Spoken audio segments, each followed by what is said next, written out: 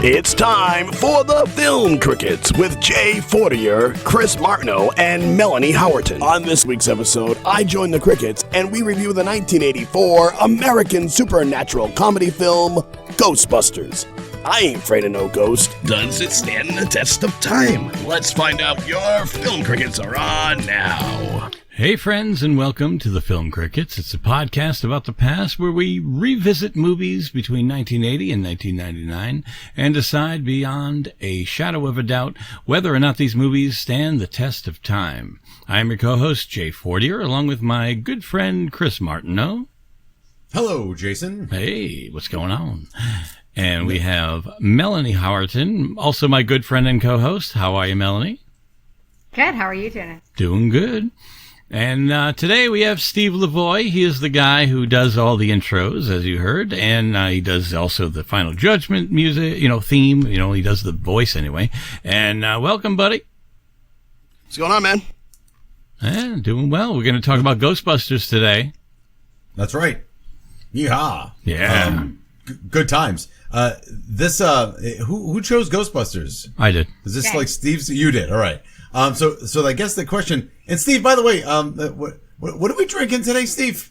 Do you like that? I was wondering if you could see it. It's a Tulamone from Megadeth. It's a Megadeth beer. So, pretty cool. Yeah. It's very cool song, cool. man. Oh my God, really? Yeah, a Belgian style. It's pretty cool. It's actually a good beer. And it's, All right. I found it, and whenever I find, especially rock and roll beer, if I find one, I gotta try it. I've had Iron Maiden has some, and yeah, it's pretty cool. Pretty cool. It's a Megadeth, a Tulamone. I can dig it. Well, It's for everyone. Yeah, it's true. It's true. Yeah. All right, Did you cool. see the serial killer wine they have? No. Well, It's 19 like crimes. really real serial killers, and it's like a picture. Yeah, on 19 wine crimes. bottles. 19 What crimes. is that? That's 19 crimes. Well, I got 19 crimes. Is it? It has a prisoner. It's like their mugshot their on the mugshot, front, yeah. and they actually have one. They have one in the. They sell wine in Walmart in Washington D.C. I don't know if that's a great idea, but they do. And they have the Snoop Dogg edition of 19 Crimes. No weed in it, but Snoop Dogg is right there, and I like me some Snoop. Not that I'm big on that music, but I do like me some Snoop Dogg. yeah, he's just pretty, fun. he's awesome. He's already, I don't know. Is he chill? I'm not sure. So anyway, so we're talking Ghostbusters, and this is obviously spoiler alert. It's a really good movie. Jay, isn't this one of those when we first started out? Like, so the Film Crickets has a storied past, and when we first started out, we used to like randomly select like dates, like movie years and its placement.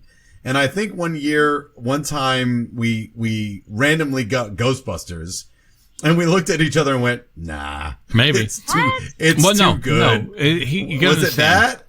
that? Yeah. No. The one we got was Yeah. Raiders of the Lost Ark.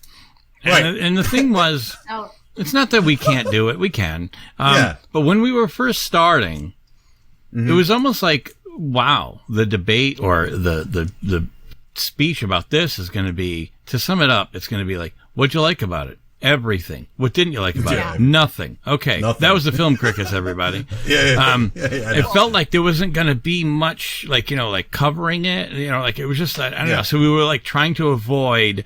In fact, what we were doing, I think, at first, just to not have just blockbusters. We're just trying to have a little more depth on what we were talking about. Right. Was to we decided secretly. I think we were doing it without telling everybody we were doing it. We were randomly choosing them from 11 to 50, not the top 10. Yep. We were staying out of the top 10 for a while just because it's like we didn't want just gems. Because it was like, but we got now Empire Strikes Back.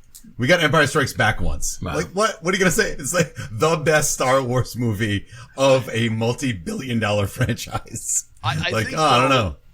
When I watch movies for your show, it's like, okay, and this is where I'm not, maybe a spoiler alert, I don't know.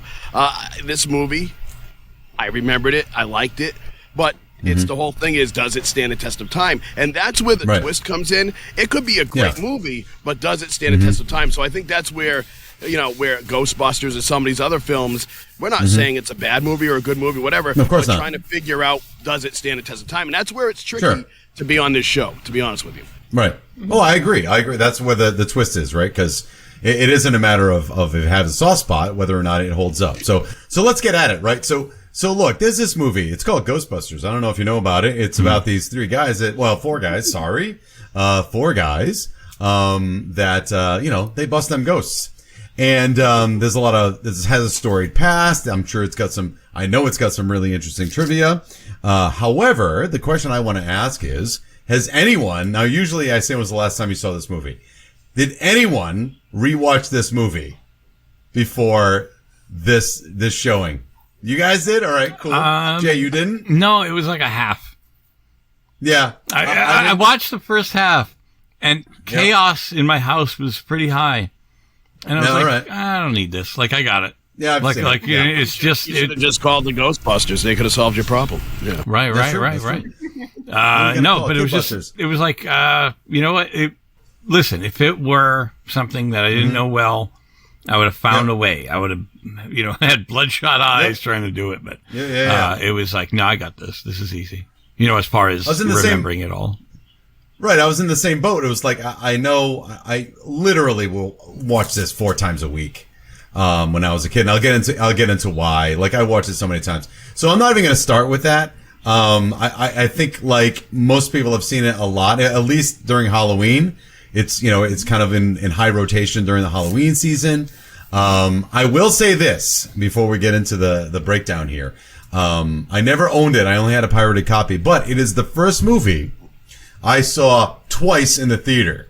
Like, I had someone, and I was young. This is 1984, so I was 10. I had no money. So I convinced my mom once and my sister once to pay for my ticket to go twice. Because this movie, let me tell you something, okay? I don't know where you guys are on this, but I'm a sci-fi fan, and everybody knows I'm a science teacher, I'm a man of science. But when I don't talk about science, I love ghosty stuff. I like alien stuff. I like Bigfoot stuff, because it's the furthest thing from science you can possibly get. Because I do science all day long in one way or another. So I don't want to do science. Like, when I don't want to watch like documentaries about science. I want to hear about ghosties and stuff. So when I was a kid, I took out every book in the library on true ghost stories. Every single one. I read all of them. And I was a sci-fi guy. And then there was this movie coming out called Ghostbusters, where guys looked for ghosts and had laser beams on their backs. I mean, this movie was pretty much made for me. I felt like finally they made my movie. And it was funny, and it was kind of scary. So this is where I stand. Does anybody else have like this warm spot in their heart for Ghostbusters, or did you just think it was cool? Like, I felt it was made for me. So this is kind of in high rotation for me too. I have it on DVD.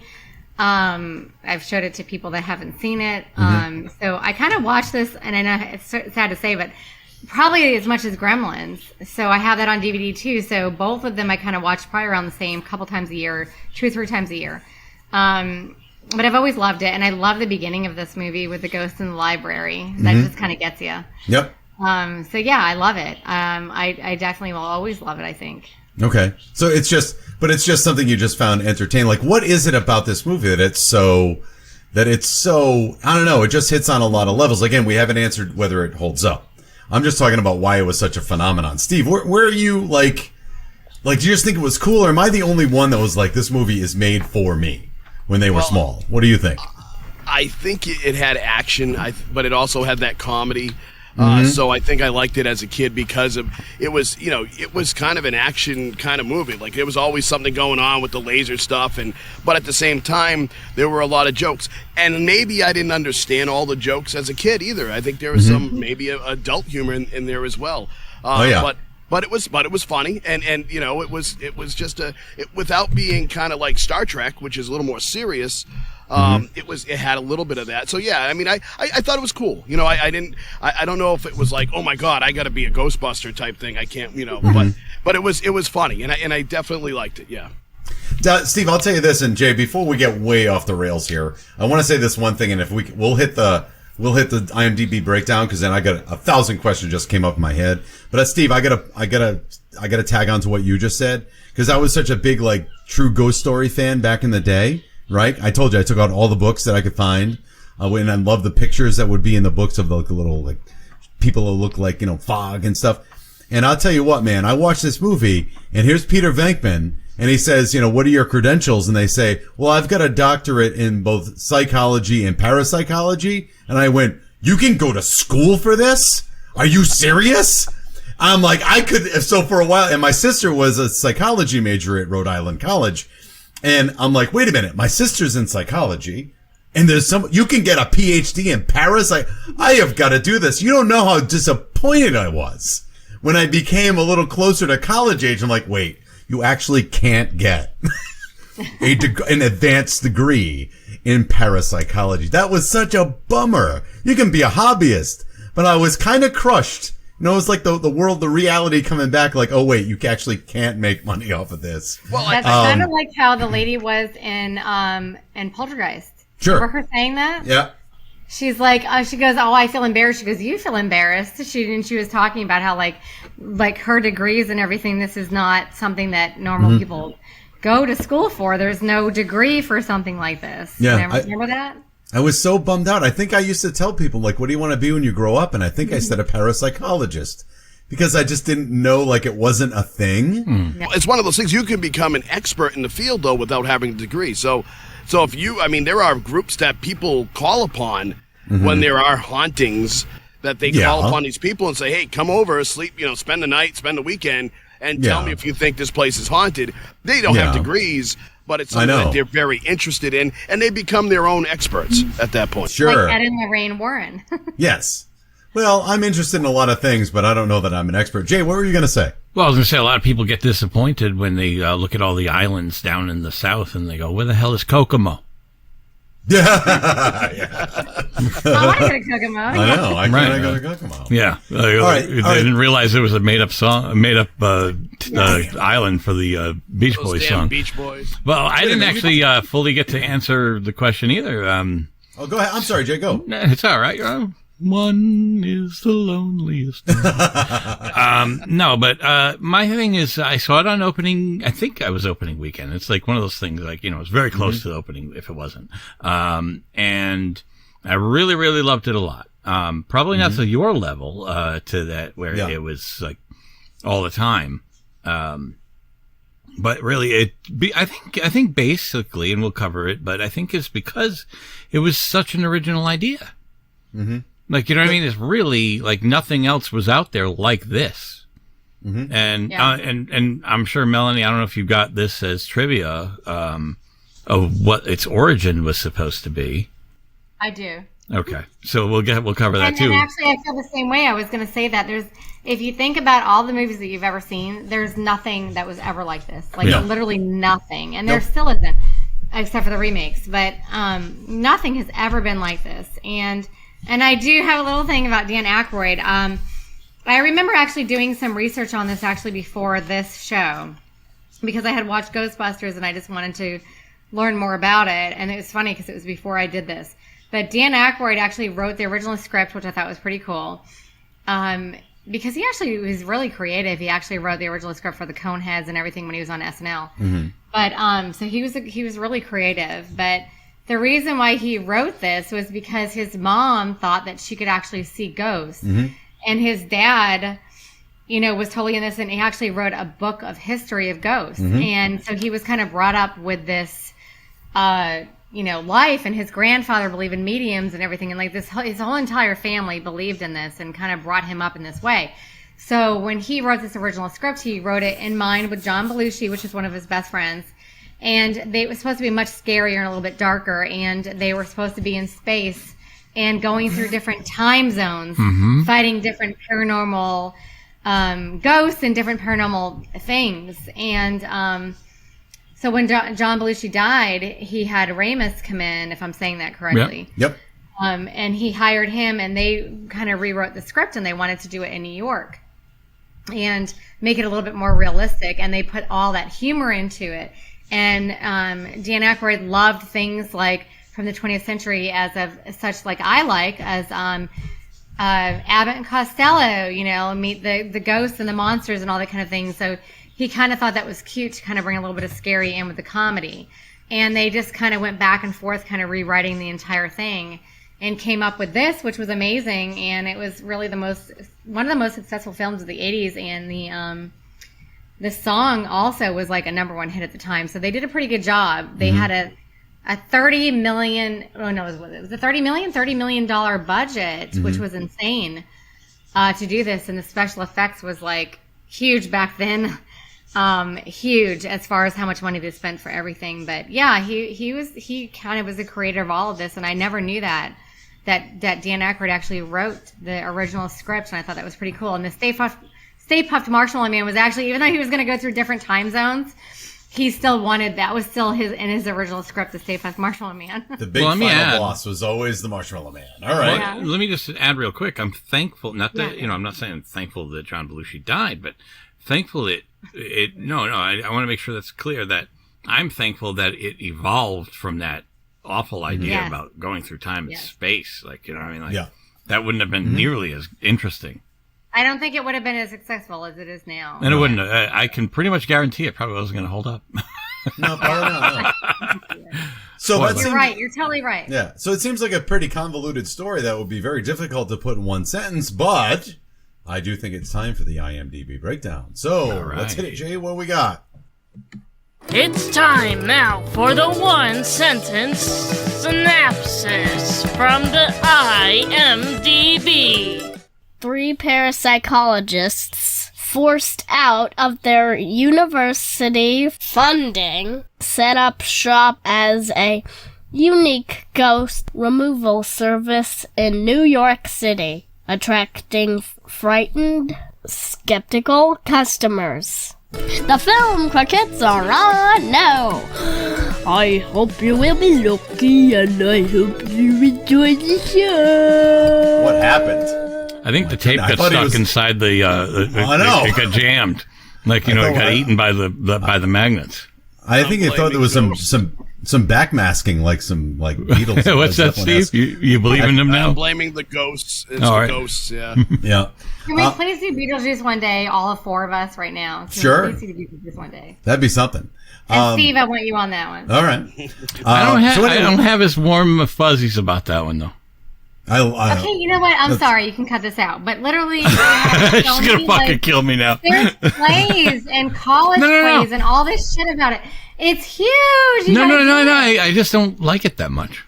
I think it's great. You need to watch it again. I think it's great. I unfortunately will have to. And you go watch it again. That's all I have to say. Unfortunately, we all like different things, you know. All right, you ready? Cool. You like All right. So, Ghostbusters was directed by Ivan Reitman.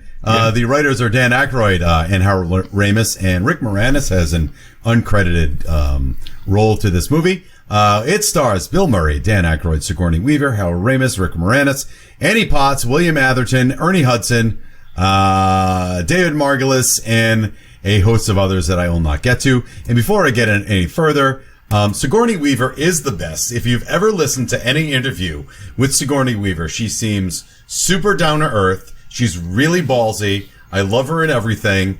She's great in Galaxy Quest. She's great in Alien. She's great in Ghostbusters. She's good in everything. And she'll be very honest with you. And again, I'm not going to do a tirade on Sigourney Weaver, but she did Alien, then she did Aliens, and she wasn't going to do Alien 3. And they kept going to her like, we need you for this movie. And she said she wasn't. And then I watched an interview and they said, why did you eventually do Alien 3? And she said, quite honestly, they backed up a dump truck full of money. Like, good for you. Like, just be honest. You know what I mean? Yeah. But she's very working class. She always she feels that she's part of the crew, that she advocates for the behind the scenes people. She's fantastic, very down to earth, and she's wonderful. So, but let's move on. I liked her in Copycat. Yep. Copycat was an amazing movie, and she was amazing in it. She's basically good in everything. She's so strong. She's so good. So anyway, let's get at it. Look, Bill Murray. Who doesn't want to be Bill Murray in this movie? Like, who doesn't want to be Bill Murray? I ask you. Like, he's the thing that kind of sets... Dan Aykroyd's great. Harold Ramis is great. A lot of funny bits in this. But who doesn't... And I think this is what appealed to me as a kid. Because he's rebellious. But he's not an asshole. He's just, like... No, he is abrasive, though, like with the ladies. He's abrasive. Like, okay, all right. It's a little too over the top. All right, tell me what. No, like when he goes into her apartment and he's trying to go around for the like he's like they hate this. He says playing the piano. Yep. It's a little too like creepy to where he's like it's almost like to the point of if you don't leave right now, I'm calling the cops. It's really close. It's on the edge of that. I don't get that vibe that much, and I don't want you to think I would side with creepers, because I don't. Okay, all right, because he kind of like, what, no kiss? All right, fine, I'll give you that. I don't know that aggressive. It was. Yeah, well, you think it's all right. It was all right, so maybe a little too much, but not menacing. Can we say he's not menacing? No, I'm just saying it's not. I would say you gotta dial it down. Okay, all right. I mean, obviously, he eventually gets her, but it was still like she was like, "Will you please leave?" She's really annoyed with him. Well, I think she was hiring him because she was having troubles, and then this guy comes over, and she's expecting basically someone of the ilk of Harold Ramis to come, and they got the guy who's the game show host, and that's his thing. You know what I mean? So it's abrasive. You don't want to hang out with that person. Yeah, you want to be somebody who's ad-libbed. That Sigourney Weaver ad-libbed that. She said game show host, and it was supposed to be literally something else that I didn't write down, which was so stupid. I can't remember this, but she ad-libbed that. Oh yeah, you know what? Here's the thing, though. Didn't Bill Murray basically ad-lib everything? Isn't he classic for not knowing his lines? He just comes in and says shit. Like, am I wrong on that, or am I right on that? It works. I know, that's what I mean. Like, he has this wherewithal, this sense, this comic timing to kind of come in and say whatever, which has to be absolutely aggravating as a director. How about? Like, and I think they hired Bill, but he hadn't actually accepted the role until he showed up on set, because no one can get a hold of Bill Murray. And I'm not saying that's a good thing. I mean, I know I was just giving him props, but he must be terrible to work for, because he just kind of does his own thing everywhere. Like he did that in Caddyshack. He's just, you don't know where Bill's going to be doing or saying whatever. Steve, but you know what you're getting. But you know what you're getting. So they let him do it. They're like, hey, he's probably going to do this. Don't worry. Let him do it. And if they don't like it, I guess they can take it out in post. But a lot of times, I'm sure they like it, and it stays. Oh, yeah. He's phenomenal at that. But let's put it this way. He and Ramis were friends, and he ruined him. Like he ruined the friendship in Groundhog Day. Right. Because Ramis was the director of Groundhog Day, and apparently he was so impossible to work with that they didn't talk to each other until, I think, Harold died, if I'm not mistaken. Yes, he did. I think Harold died, and then it was like a little too late, like type of thing, where he, didn't quite get that. And that's kind of my point, is that, like, Bill Murray, like, as he's coming up as an actor from Second City and then into SNL and then into these movies in the 80s, like Meatballs and Caddyshack and whatnot, everything was like, well, Bill's going to do, like to Steve's point, Bill's going to do what Bill's going to do, and, like, let him do it, and it's going to be great. But if no one ever puts you in check, eventually you become impossible, and that everything you do is gold, and you won't accept that. I think that's what happens with athletes too. Like, since you're in Little League, everybody tells you the best thing ever until you believe that you are the best thing ever, when you need to be put in check. So I'm not defending Bill Murray's behavior necessarily. All I'm saying is, as a character who doesn't want to be Peter Venkman, the guy who's actually smart but comes across as cool. Like, it's the first instance where he's smart. He just doesn't have to show that he's smart. Well, he just has to be cool, even though his buddies are smarter. Go ahead, I'm sorry. No, I was going to say, can you tell me what shape is behind this card? Oh my god, I love that part. It is so good, especially with the zapping. Like, and it's just like the kid finally gets it right. The kid finally gets it right. This isn't your lucky day. But even like they did that kind of stuff in like part 2, in the beginning of part 2. Because when I was done watching this, they played the beginning of part 2, and they were doing this kind of the same thing. Like, Sigourney Weaver goes over for help, and he's like, these two people think that they're in counseling, and we just keep going in there and rising the heat. And we keep telling them, it's going to be another half an hour. It's going to be another half an hour. Yep. And then they have the little girl with the puppy. Let's see what happens. Yo, that was Venkman. Venkman. Bring out the puppy. That was Egon that was doing that. Yeah, he's so funny. Yeah. Cool, he's willing to put people under extreme circumstances in the name of science, right? Yeah, exactly. I love They have no clue what's going on. Absolutely. Steve, So go. it's funny, Melanie brought up the Abbott and Costello, and this is the first time that I actually watched. I watched it today, and I was like, wow, I actually felt when it was just the three of them, the Three Stooges a little bit. Like, Sure. not to the extreme of the Three Stooges, but like when they jump into the Ghostbusters mobile and you see them, they speed up the video as they're speeding up to go to the call. And it was almost like they didn't know what, almost like when the Stooges take on a task that they're really not ready for, that kind of awkwardness. I was like, wow, I never really, I didn't realize that before, but this time I definitely saw maybe some Stooges. And go ahead, Jay. No, I was going to say, I thought was funny about, they're talking about how broke they are because they got, fired from the university and they had to go start this thing on their own. And Dan Aykroyd's character, Ray, he ends up basically getting his, third mortgage on his house? Third mortgage, just so that he could start the, they could start the business. And they get that really expensive firehouse. And there's arcade games in the back, and it's like I'm wondering if that's theirs or what. Like they look like they're real and lit. So I was like, did they spend money on arcade games, or did they come with the firehouse? I'm gonna say they probably spent, or that was probably Dr. Venkman's contribution to. We need these because we have to be able to wind down. Because as they're eating their Chinese food, and he says, this magnificent feast represents the last of the petty cash. Yeah. It's like, that's true. I remember that. I want to say something off of what Steve said. So when he was talking about the Three Stooges, I read more than once online that everybody kept referring to them as the almost like the Tin Man and the Wizard, like the Tin Man and the Scarecrow and the Lion, because they were talking about like Bill Murray being like the mouth of things, and like Egon being like the brain, and then Dan Aykroyd being like the heart of things. Sure. So they kept referring to them over and over as the kind of like towards Wizard of Oz. So Winston would be Dorothy. All right. So which he was supposed to be Eddie Murphy, if I'm not mistaken. Yeah, Eddie Murphy. Yeah. And then also John Candy didn't understand. He was asked to be in it, and he didn't understand the role, and he wanted to be like a German accent or something, and thought that he should have like Rottweilers or something, and they turned it down.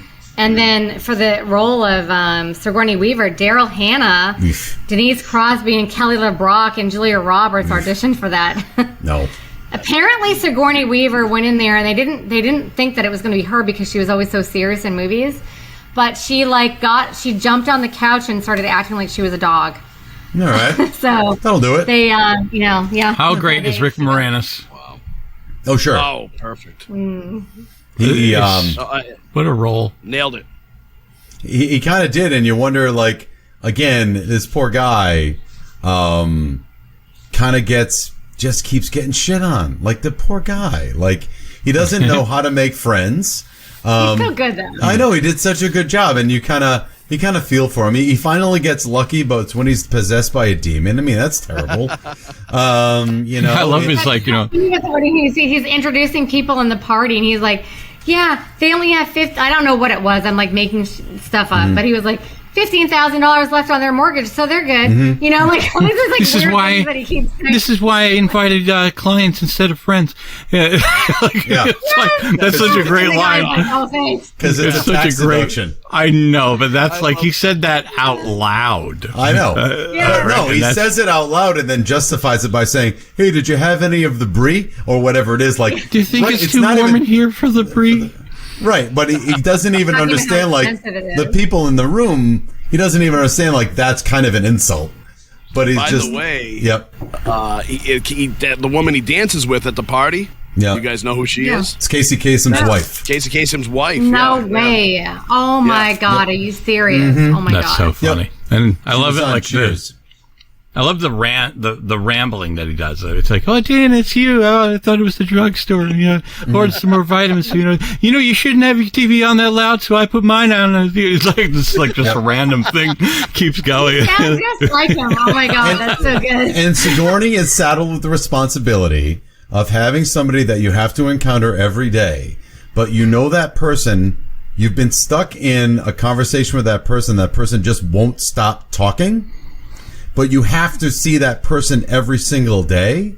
So at some point, she's probably been stuck in a 20-minute conversation about nothing with that guy a bunch of times. So eventually, you just have to go, I have to close the door or he won't shut up. Yeah. Or she says, okay, maybe we'll come by later, Yeah, and- because she's just like, go away. But he's still talking and he just says bye. And you feel bad. Like, I've been in that situation. Like, I don't have a choice because I'll still be here. You just have to be as polite as possible and go, okay, gotta go. See you. Click.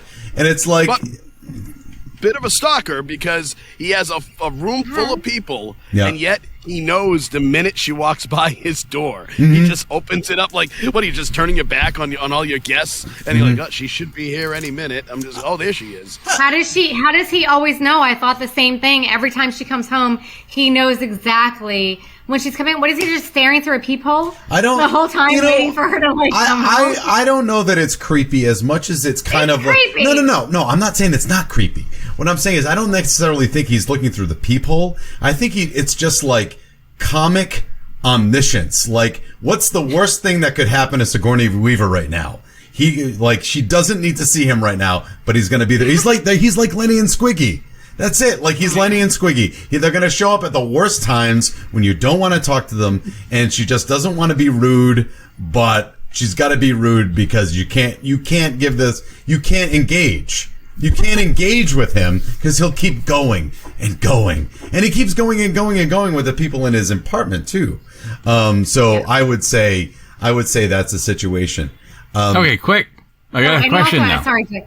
I just want to butt in real quick. Takes 1 second. I love that Casey Kasem because I loved him so much, and to hear his voice announcing that the Ghostbusters, blah blah blah, and he's on the radio, that just made me feel so good. Yeah. I loved Casey Kasem. Oh yeah, and I loved that that's right. He was on there, right? Everything that I grew up with, like, I just absolutely just love him to pieces, and I hated what happened to him throughout the end. And when you said that was his wife, I was like, really? And he's in the movie, which is great. Not Yeah. physically, but like vocally. Yeah. But I just loved him, and I loved that his voice was in there because it felt really good just to hear him. Right. Yeah. Childhood memory. they battled a pesky poltergeist and then danced the night away with the hot ladies or whatever. You could just see them in uniform, like just jamming. But now later on in the film, when Rick Moranis' character and Sigourney Weaver's character are both possessed under the as the two, and the Keymaster and the Gatekeeper, but did they actually have sex? Yes. Okay. What? Absolutely 1,000%. Who? Because Who did? they did. They just didn't show it. When they start making out and they do like a pan or like a fade out. So if you think about it, what a nightmare. It's the guy that she's trying to get away from. Yeah. No way. Are Like you serious? having that, well, they were under a spell, so it's not as bad, but still, it's like having that just on your, you just know it in the back of your head. That's Are you kidding? I never even had that in my mind, and now you're contaminating my freaking No, it's just they were innocent thing of Ghostbusters. No, they used the Keymaster Ghostbusters? that's phallic.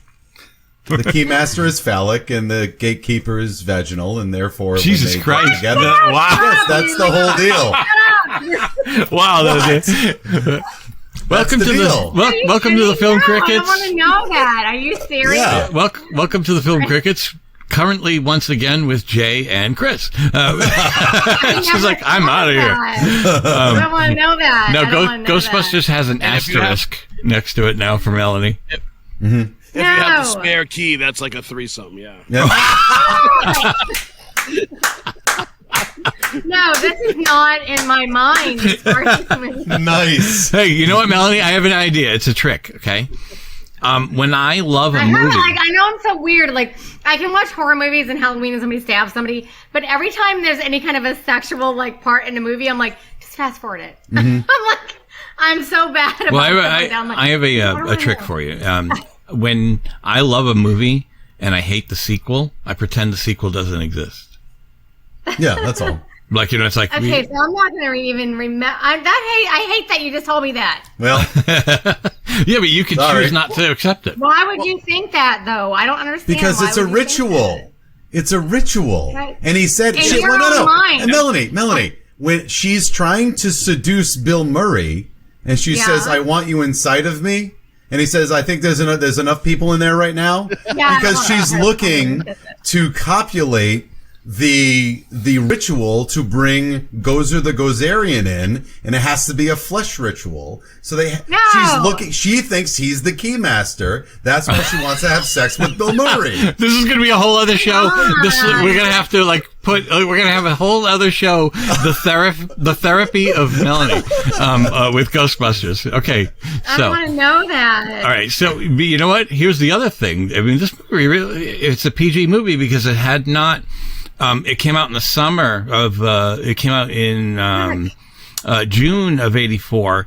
And I think it was late August when Red Dawn came out, and that was the first PG-13 movie. So think about this. You go see a PG movie, and not only is that whole thing that we just talked about, which was a little more hinted at, but then we have that weird dream sequence where Dan Aykroyd is getting his pants undone, and possibly, I don't like that. That's weird. Isn't that crazy? That's my argument with That was a good ghost. Wow. Wow. She was a playmate, by the way. All right. She was in real life. Yeah. So Was she really? So here's the problem. Are you kidding? Here's the problem with look it that. up. Is that here's the thing. It's the only as a kid, I'm watching that movie, I don't know what's going on with that. Right. So I just think it's like something's happening, it's funny, but I don't know what that is yet. Right. know.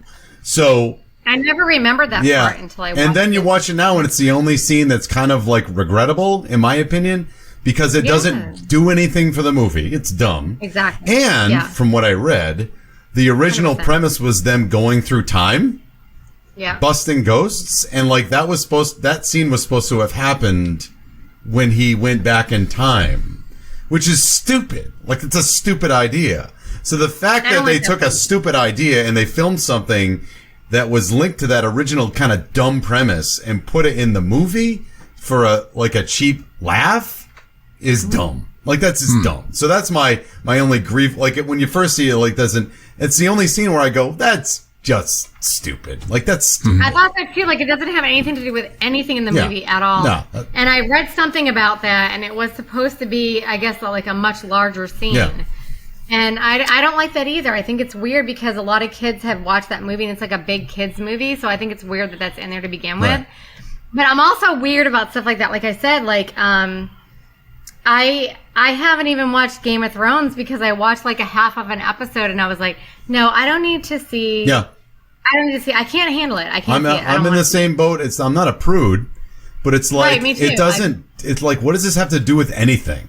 Unless it was something that had to do with the story. But even then, let's get, and again, I'm not a prude, but it's like in Ghostbusters, like, I'm sorry, Melanie, the ritual is they have sex. But we don't need to see it in order for us to know that it happened. You get what I'm saying? I never knew that this happened until you just said Sorry. this. Sorry. All right. And I've seen it 1,000 times, so this is like news for me. She might actually throw the tape out after I tell her this. But speaking of sex, Ron Jeremy is an extra in the movie. So if you know who Ron Jeremy is, ultimate porn star, he is actually an extra behind the barricades in the movie when the fire station blows up because they shut the power off to their holding cell. Oh yeah. He's actually in there. So. Oh, all right. Yeah. So back to Ghostbusters. Yeah. So look, you know what's cool about this movie is that we have scientists. I think what we're kind of another draw that makes it so original and so workable is that we have this pure science fiction movie about ghosts and guys with lasers on their backs, but it's all blue collar. Like it's all blue collar. They're in jumpsuits. They're not in like super techno things. They're in an old ambulance. They're moaning about when they get home and they're tired. They're covered in grime and slime. They hire a guy, which again, sorry, the poster only has 3 white guys on it, and they don't mention Winston at all, which is unfortunate. He was so good. Yeah, I know he's very good in it, and they exclude him completely, which is not okay. I don't care the other 3 guys are big stars. The 4th guy is a Ghostbuster. Yeah. There's even shots at the end, towards the end, where he's like, you just sort of like barely see him. Yeah. Well, like, you know, like when they're all like lining up to do stuff. I mean, I'm not sure of the exact moment, but other people have pointed it out that it's barely like his like head's cut off, like at that. Yeah. So are you kidding? But how great is it? Like, to me, that's the part. Like, that's a neat deal. Where they're working class. You know what I mean? They're getting a paycheck. They're not really into saving the world necessarily. They would have just kept doing this and just getting a paycheck. And I don't know. I always like that bit because it just makes it. Now I like it. I didn't realize it back in the day, but now I like that kind of situation because it's. You know, at first they had lofty goals. Oh, we're gonna touch the ethereal plane and we're gonna use all these calculations and all of our data. And at the end of the day, it's like, oh, God, another free repeater.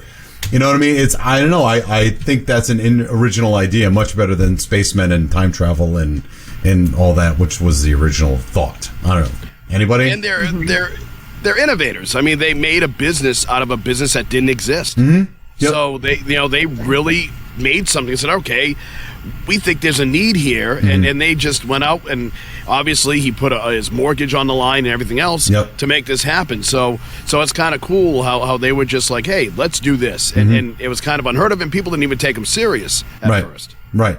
Until, I mean, granted, their success in business is only predicated or tied to this influx of supernatural activity, which has nothing to do with what they're doing. Like, it just kind of happens at the same time. But whatever. That's kind of that thing. And also this movie encapsulates, and which is why my grief with Ghostbusters 2, which I'll get in, I'm not going to go deep into it, but how well does this movie capture early 1980s New York, Manhattan? It's just gross, and there's crazy people everywhere, and there's newspapers, and like, it's not like the tourist attraction that it is now. It's just it kind of makes you feel kind of gross, which is what I think they were doing with Ghost. It's just, you got to be something to make it in New York City. Whereas Ghostbusters 2, which I don't think is very good. Anybody? Okay, well, I have to say that I can't remember literally all of it, but I started watching some of it today because it just kind of went from 1 to 2. And I do remember things that I really liked from that. I love the beginning of it, how it was pretty funny that you think they're like on a big mission and they go to some kid's birthday party. Yeah. And the kids are like, no, I want He-Man. And they're like, I'm not doing this again. You know, like, I think that whole thing was so cute. And I loved, like, the kid that, well, not kid, but the guy that they had in it, well, he was like, just certain things that he said, like, what was that guy's name, that actor that was Peter McNichol?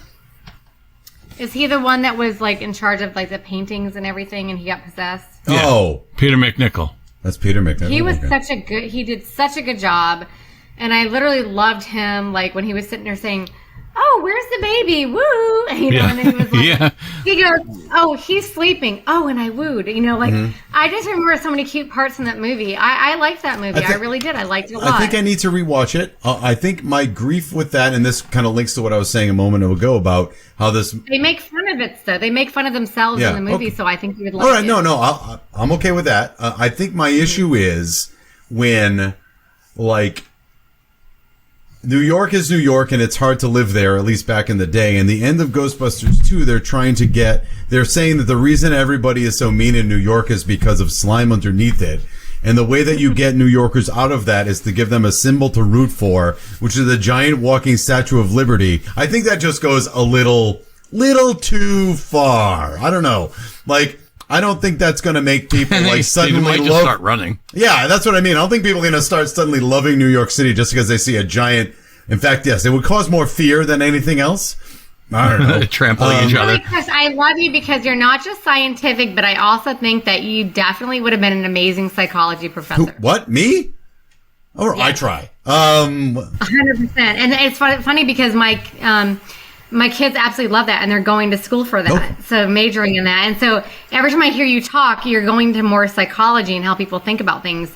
And you're thinking super deep into and I love that about you because you're scientific and you're psychology. I try, but I think it's because I was in therapy. So, so I just listened to it. I didn't really get much out of it, but I certainly listened to what my therapist. He did a lot say. of active listening. Yeah, a lot of active listening. That's right. That's right. At one point, therapy was cover him in slime and put a Walkman on him. Yeah, pretty much. Yeah, right. So, can we? I don't know how much time we're going to do this for. Can we address at least two other things before we start talking about 1984 Ghostbusters? First of all, anybody on the all-female Ghostbusters and your take? I like it. I did too. I liked it too, and I haven't seen the other one yet. I'm dying to see it, but my mom had just had hip surgery, and then we had a family friend that went in the hospital, and so there's that one with the kids. Right. And I heard that was really good, but I have not seen that one yet. But I saw the girls, and I had, like I said, I went in with the bar set low. I'm just like, they're trying to reimagine it. Just go with it. I was okay with it. I mean, the only reason you don't like it is because maybe you're annoyed by Melissa McCarthy, or maybe maybe she just annoys you as her shtick. It was funny though. Yeah, I liked it. Yeah, like if you don't like, I love all the girls that are in there. Like the two SNL people that are in there are my favorite SNL. Chris Hemsworth was hysterical in it. Yeah, he was very. He was funny. hysterical in it. But Kate McKinnon was great. That was I think that was my first introduction to her. Mm-hmm. I'm not a big Saturday Night Live guy, like watching them straight up. I'd rather watch you send me a video of something you saw on Saturday Night Live. I'd rather watch that than the entire show, waiting for that one bit. Mm-hmm. So I really liked her, and remember when she came in, and started dancing to DeBarge. Yeah. Yeah, but let's not forget about the other girl that was in there. She's from Kristen Wiig. Yeah, I love her. No, it was no. What's the other girl's name? McCarthy. Leslie. Oh yeah. Jones. Yep. Leslie Jones. She is my freaking favorite person. I love her. Oh, it was awesome. I love her, and I love the two girls from SNL. Mm-hmm. Every single skit that's from SNL that are my favorite skits are in it, and they are my favorite. And if you have not seen Leslie Jones doing the Naked and Afraid skit, literally you have to watch it because you'll be laughing your ass off. You'll be crying. It is so funny. She's the best. And she's amazing. I think that's the problem. It's people just look. The problem is you're making that movie, and there's the toxic fandom just isn't going to accept it. That's just it. There's nothing you're going to do about that. And I said, people hated it before they saw it. Yeah, and at least watch it first and go, say, hey, that sucks, And Afterlife is good. I saw Afterlife in the theater back when there was a break in COVID, and I saw it, and I thought it was fine. Like I said, that's one of the kids in it. It's okay. I'm dying to see that because I watched Stranger Things and one of the kids is in there, and we were waiting to see that together, me and my mom. So I cannot wait to watch that. I've just not watched it yet. Just go in not expecting, don't expect to be blown away like 84. Just go watch it. And if you like it, great. And if you don't, fine. Whatever, just chill. Just relax. It's fine. You know what I mean? Anyway. Steve? As a kid, I remember going to New York City right after Ghostbusters. And I didn't know anything about New York City. But after watching the movie, my brother and I, we went on a visit to New York City, and we were able to go walk by the library, and we saw the lions and the staircase. I'm like, oh my God, that's where Ghostbusters were filmed. And it was cool, as you talk about, sections of the city where they actually recorded the city. It was cool, It was New York City. Yeah. It was New York City, 1980s, and that was a lot of fun. And you go back and you watch it today. It's got that nostalgic view of the 80s in New York City. The firehouse is still there. They're still used as a firehouse. They sell T-shirts if you go there.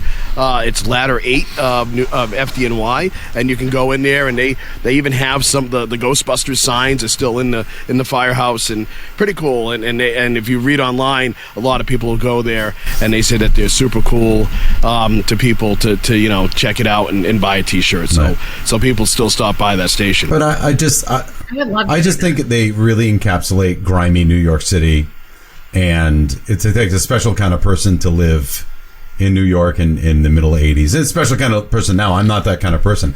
It's not my cup of tea, but I do have to. I'm a country person. I like being more with the trees and nature, but just watching the movie made me want to go to New York. And I've been wanting to go to New York forever and just go to see all the Christmas windows and so many different things. And so just watching this movie, I wanted to go to New York so bad, and I wanted to like go see just everything.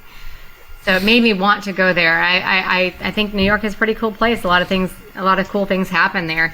No, would I not want to go there at night by myself? In certain places, no. But I absolutely would love to go there, and I think it would be an amazing place. It's funny. It's one of those movies that we haven't fully talked about it, but I think if you haven't seen the movie already, you know what I mean. Like it's odd that you should be listening to this episode or watching this episode. Sure. So, I don't think we have to cover every detail of this film. No. Like we would have normally, because it's just so freaking, like, I say cover goofy things, talk about some trivia and whatever. Like, it's one of those we can't, it would take a 2-hour show for us to cover it all, I think. Sure. All right, so let's get to Final Judgment then.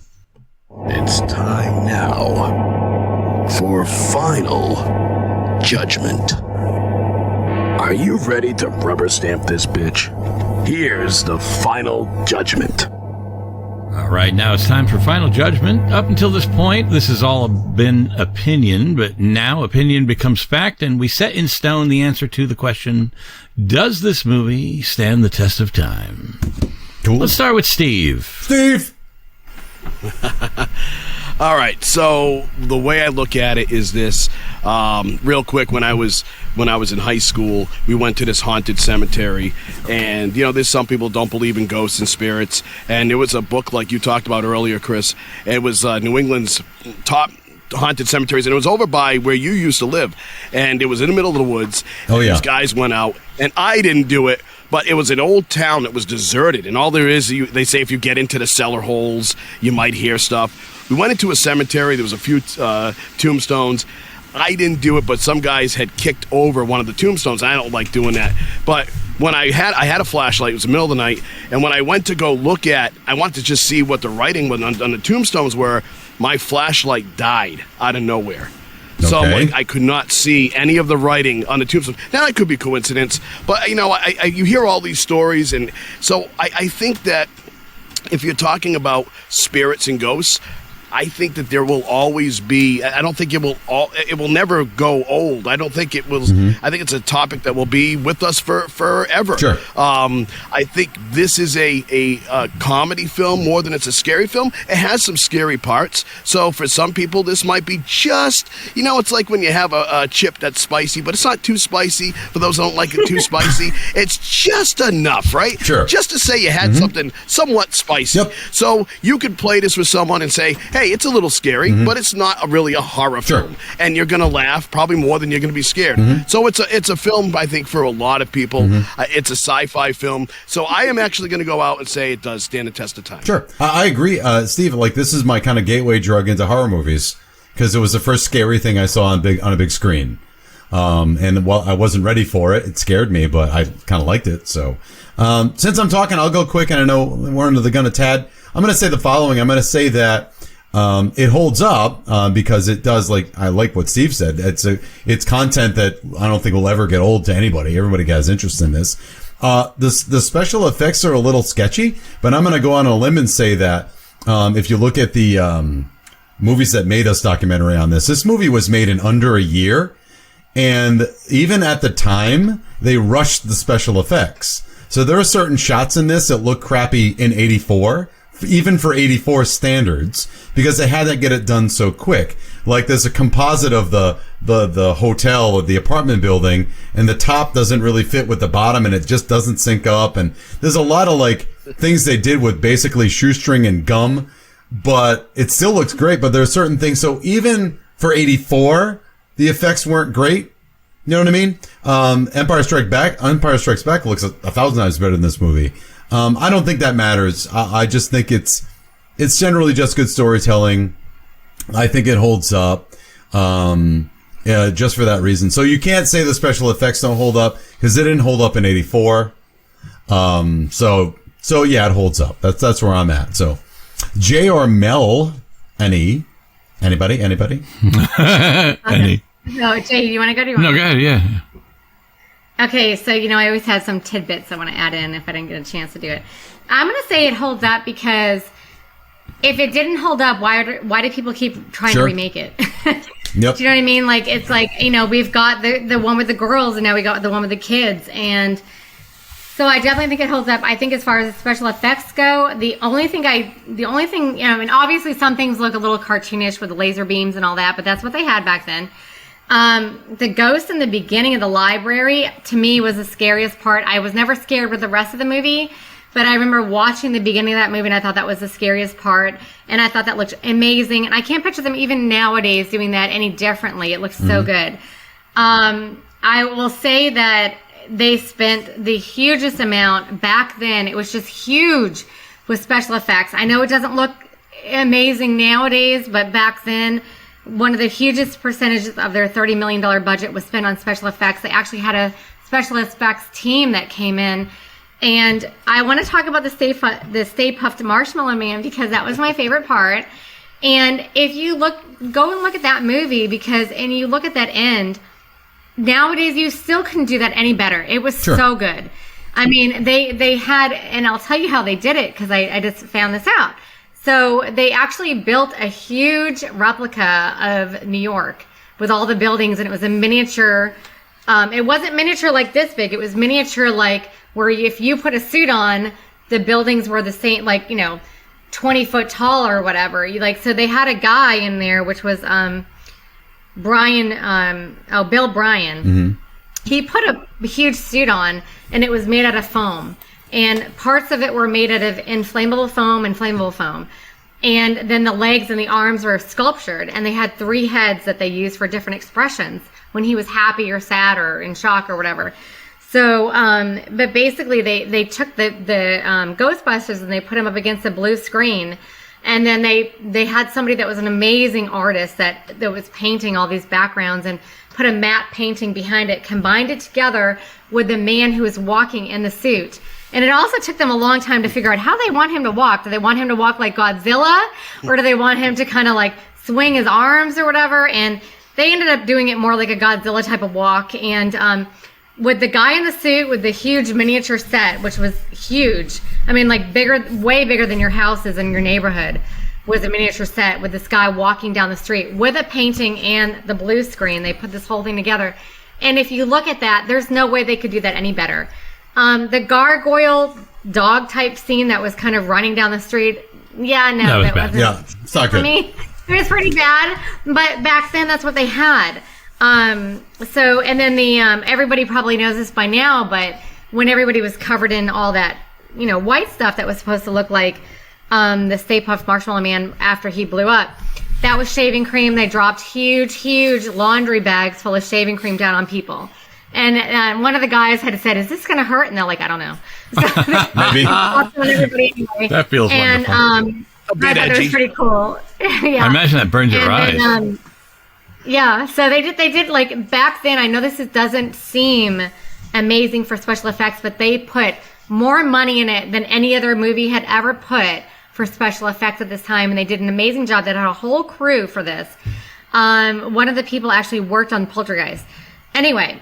I also want to tell you that the Ghostbusters name might have not been Ghostbusters because there was a children's show back in the 1970s called Ghostbusters, The Ghostbusters, and it was owned by Universal Studios, and so they couldn't get that title. So they were trying to name it like Ghost Breakers or Ghost Stoppers or Ghost Smashers, which kind of, if you guys ever watched Supernatural, which is one of my favorite shows, it's kind of funny. If you go watch that show, you'll know what I'm talking about. But finally, Columbia Pictures was given the rights.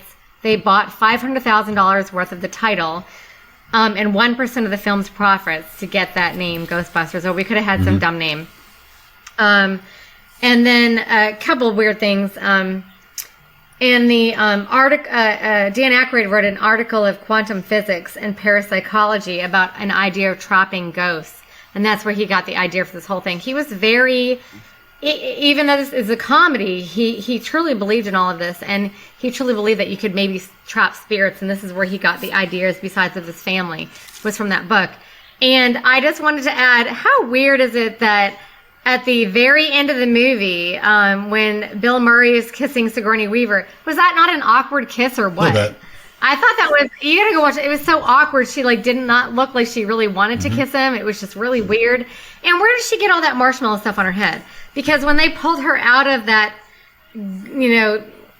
dried up looking crispy ghoul dog thing, her hair was in perfect condition, except for maybe it was like a little frizzy. It did not have any marshmallow on top. So when she walks to the bottom, all of a sudden it's like somebody took this huge container of marshmallow and said, let's just throw it on her head. Where did it come from? She wasn't even anywhere. She got it in a transfer while they were helping her out. Yeah. I don't know. It's part of the sex ritual. Her out of the statue. It's part of the sex ritual. Part of the sex ritual. You just automatically get shaving cream on your head. I don't want to know about this. J-Man, does this hold up or not? So many jokes. Yeah, absolutely. Every Halloween, the song comes pumping in through everything. In fact, my kids think that this song is a Halloween song straight up. Like, I'll play it in the springtime, like late spring, early summer. Just I'll have playlists that go for just years. So I will have one that's for 84, and I'll play that, and I'll have stuff that is lined up that would be in the springtime or summer that I know specifically reminds me of that time. Mm-hmm. And that comes on, and they're like, it's not Halloween. I'm like, this was a summer release. And they have they really can't grasp that concept because every Halloween parade is like boop boop boop. So Ray Parker Jr., right? Yeah. Yeah. In fact, a little side trivia on that. He got sued by Huey Lewis and the News because they found it similar to "I Want a New Drug." Mm-hmm. I didn't know that, and it was settled, But so yeah, I thought that was kind of interesting. But that being said, this movie has not gone away. Mm-hmm. So it absolutely holds the test of time because it stays. Never mind the fact, of course, I agree with Melanie. It's being remade all the time in other ways. It's not like they're trying to have Egon and everybody be there at the beginning again. Mm-hmm. But it stays in our world. It has not left, and people still enjoy it. I'm a little shy about showing this to my 7-year-old because I just don't want it to scare him yet. You know what I mean? He's 7, mm-hmm. and I don't know how much he's going to understand, so I'm going to wait a little bit, that type of thing, because of those weird little eerie parts. And it'll come around. But it's not I'm not saying I would knock somebody down for showing it to their 7-year-old. I'm just talking about in my life. It's I look at that and it may scare them a little bit, or mm-hmm. maybe, So either way, it has not left ever. It's still here. And of course it holds the test of time. It's very popular today. So yep. Amen to that. Super. Very awesome. Cool, very cool. Yeah. Just want to say thank you for having me. That's absolutely, man. I really appreciate you coming on. Steve, even before I was on the show, I loved listening to you. So some of my favorite episodes that you were on, and I was like, please get Steve on here. We bring him out. We bring him out every once in a while because we like to make it a treat. We brought him on every week. We dust them off. Yeah. My favorite episode that you were on was one of the Halloweens. Yeah, it was both. Yeah. It was both Halloweens. Yeah. I love that. And you guys, we got to do something with that because I love that. All right. We can revisit it. We'll do Halloween, the revisited episode. Or one of the other ones we haven't done. Seasonal but Witch. But Steve, I want you to be on it. I want all of us four to be on it. All right. I'll watch it again. No problem. Cool. Well, that was our show, and I would like to thank Steve for joining us today. And look at this. I have on my copy, it says, we'd also like to thank Steve Lavoie for our introduction and Draco and the Malfoys for our theme music. And I got to tell you, that is such a great song. So many people, my kids are always singing it, and it's great. It's stuck in your head. It is. It's a shower song. Yeah. So, Or a but sex listen, ritual please. song. Either way. What did you say? Or a sex ritual song. Whatever. Oh my God, shut up. So listen, please like, rate, and subscribe. And you got to listen. You got to help us out by subscribing to our YouTube and liking the videos and rate and review, please. And I'm Jay Fortier, and on the behalf of Chris and Melanie, I'd like to thank you again for joining us here on the Film Crickets. And until next time, movies may not age like fine wine, but we drink them anyway. All right. Take care. Bye, everybody. Bye. Crickets, chirping about movies.